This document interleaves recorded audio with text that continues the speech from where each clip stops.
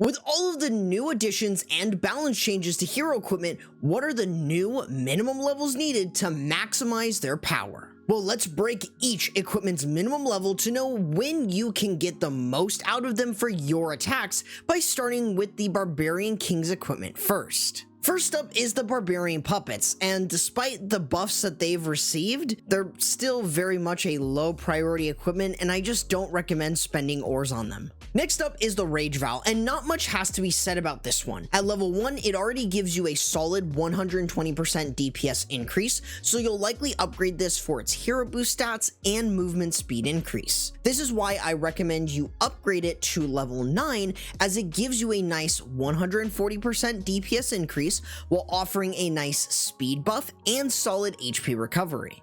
As for the Earthquake Boots, they are still perfectly good at level 1 as the radius stat wasn't changed and it can still open any wall level. However, with the nerf to its damage percent, it does force you to max this equipment out if you want it to be good with the spiky ball. Outside of that, it can still work around level 6 for those of you who want to pair it with other equipment that the Barbarian King has. The spiky ball hasn't changed much, as level 18 is still great when paired with other equipment like the Vamp Stash or Giant Gauntlet. However, with the nerf to the Earthquake Boots, I recommend you max out this equipment for your Town Hall level to get the most out of its combo with the Earthquake Boots. With the Giant Gauntlet, you are mainly investing into it for the damage reduction and duration of the equipment. So oftentimes level 15 will be the minimum, as it gives you both a 15-second duration window along with a solid 40% damage reduction, which can help your king stay alive. Next is the Vamp Stash, which still keeps its minimum level of level 12, as it gives a solid 200 healing per hit, while also offering a 16% increase to your king's attack speed. However, it additionally received a DPS increase buff, making level 12 a much more comfortable position for players who prefer using it. Speaking of which, the Snake Bracelet is the King's newest epic, and unfortunately, it's similar to the Barbarian Puppets, as it just doesn't offer much to your Barbarian King, as the snakes are just too weak to be used properly, and oftentimes are just mid at best, so I wouldn't recommend wasting your ores on this equipment. Moving over to the Archer Queen, let's start with the Archer Puppets, and with its most recent buff to its hero boost stats, it makes it much more of an option in queen charge attacks over the Frozen Arrow. I recommend that you get this to at least level 15 before you start using it, but maxing it out is just as good thanks to the bigger DPS boost. As for the Invisibility Vial, its minimum level is moving to level 9, as it offers a simple 6-second invisibility while still offering over 1,000 extra damage per shot during that time, which can synergize well with either the Frozen Arrow or Archer Puppets in Queen Charge base attacks. Speaking of which, the Frozen Arrow is still a solid option for Queen Charge base attacks, so having its minimum level of level 20 gives you high DPS from the hero boost stats, while also giving your queen a solid 50% slow on defenses, making it great for Queen Charge attacks. Now, the Giant Arrow's minimum level depends on your Town Hall level. I often recommend level 15 for players who are Town Hall 15 and below. However, if you're above Town Hall 15, you will need to max out the Giant Arrow, as it will not one-shot air defenses at Town Hall 16 and Town Hall 17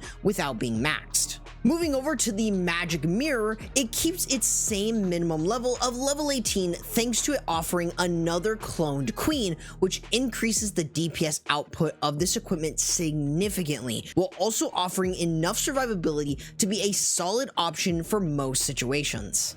As for the Healer Puppets, level 15 is still the go-to option, as having 3 healers is better than nothing. It gives you more than enough self-healing and HP increase to be used quite comfortably with the Magic Mirror or Giant Arrow for great success. From there, we move on to the Minion Prince, so let's start with his Henchman Puppets. And for the most part, the level doesn't really affect the spawns of the puppets, but rather their level and the hero boost stats. So a minimum of level 12 is often recommended for the high DPS increase and HP recovery it gives to your Minion Prince. As for the Dark Orb, its minimum level being at level 12 gives it enough versatility to be used, as the projectile damage isn't important as the slow percent and duration, which at level 12 gives you a 40% slow for 13 seconds, which is more than enough when using the minion prints behind air units like dragons or dragon riders. Additionally, we have the inclusion of his new Metal Pants ability, which can be good in niche situations like funneling. So having its minimum level be at level 12 is great, as it lasts for 13 seconds, in addition to giving your minion prince a shield where he can take 62% less damage. It overall gives him plenty of survivability to be used alone,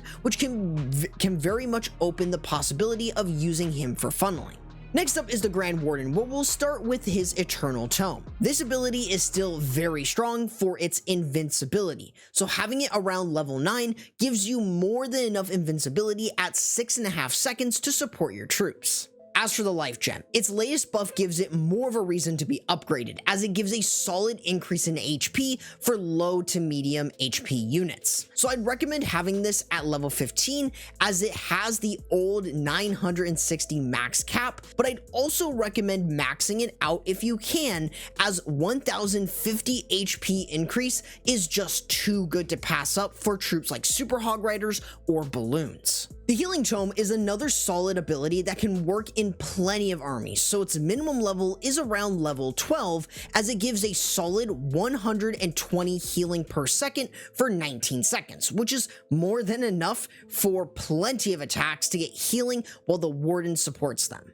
Additionally, the Rage Gem is very solid, as its minimum level still remains at level 15 for the solid 45% damage increase that is given to your troops, while also giving the Warden a 19% faster attack speed, which is solid for armies like Super Witches or Rocket Balloons. Now, the Fireball has had some new developments, as its minimum level is moving from level 18 to level 24. This does mean that for players below Town Hall 15, it's likely going to get a few less buildings, but it often isn't really going to matter much for Town Hall 12 to Town Hall 14 players. Level 24 stands as the new minimum due to it being the new level where you'll unlock its 6-tile radius. And as for the Lavaloon Puppet, I just wouldn't upgrade this. It's currently not better than any other equipment the Warden has, and usually just isn't worth the ores in the long run. Despite this, you may upgrade it to at least level 9 for the additional Lavaloon spawn, so you can be ready for its inevitable buff. And now we get to the Royal Champion, where we'll start with the Royal Gem, and let's be honest, it's another equipment that I do not recommend putting ores into. Its lack of functionality, despite its buff, still makes it less of an option where there are just better choices that can work with the Royal Champion. As for the Seeking Shield, I recommend having this around level 15, as it's able to one-shot most lower tier defenses while also making it quite good when paired with the Rocket Spear, as the extra damage will let the spear take out defenses in one less attack. With the Hog Rider puppets, its minimum level is staying around level 15 for the 9 Hog Rider spawns, while also having them be around level 9. This gives them the most flexible use cases, as it still keeps her survivability intact while also offering good damage. However, her Rocket Spear has had some changes in terms of the minimum level, as you will likely want this to be around level 9 for players below Town Hall 15 and level 18 for those Town Hall 15 and above. This gives you plenty of choices, as level 9 gives her 8 spears and decent damage, while at level 18 it gives you 9 spears while also offering greater damage. Now, the haste file will remain around level 15, as it gives your Royal Champion a 100% faster attack speed while also offering a nice movement speed increase, all for 9.5 seconds